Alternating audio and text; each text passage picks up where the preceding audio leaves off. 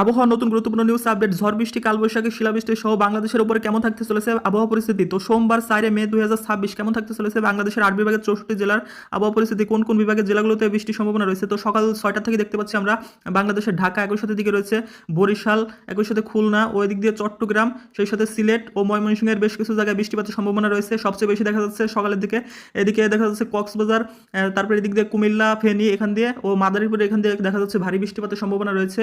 এরপরে যদি আমরা একটু সকাল 8টা থেকে 10টার ভিতরে আবহাওয়াটা দেখি, তো 8টা থেকে 10টার ভিতরে দেখা যাচ্ছে বাংলাদেশের খুলনা বিভাগের জেলাগুলোর উপর দিয়ে কিন্তু খুলনা ও বরিশাল বিভাগের জেলাগুলোর উপর দিয়ে ভারী ঝড় বৃষ্টির প্রভাব পড়তে পারে। কালবৈশাখী ঝড়ের হওয়ার সম্ভাবনা রয়েছে খুলনা ও এখান দিয়ে বরিশাল বিভাগের জেলাগুলোর উপর দিয়ে। একই সাথে দেখতে পাচ্ছি বাংলাদেশের চট্টগ্রাম, এখান দিয়ে কিন্তু বেশ মেঘলা আবহাওয়া বিরাজ করবে। একই সাথে কিন্তু হালকা থেকে মাঝারি ধরনের বজ্রসহ বৃষ্টিপাতের সম্ভাবনা রয়েছে। তো সেই সাথে আমরা যদি একটু দুপুরের দিকের আবহাওয়াটা দেখি, তো দুপুরের দিকে দেখা যাচ্ছে বাংলাদেশের আবহাওয়াটা মোটামুটি পরিষ্কারই থাকবে, দুই এক জায়গায় হালকা পরিমাণ বৃষ্টি নামার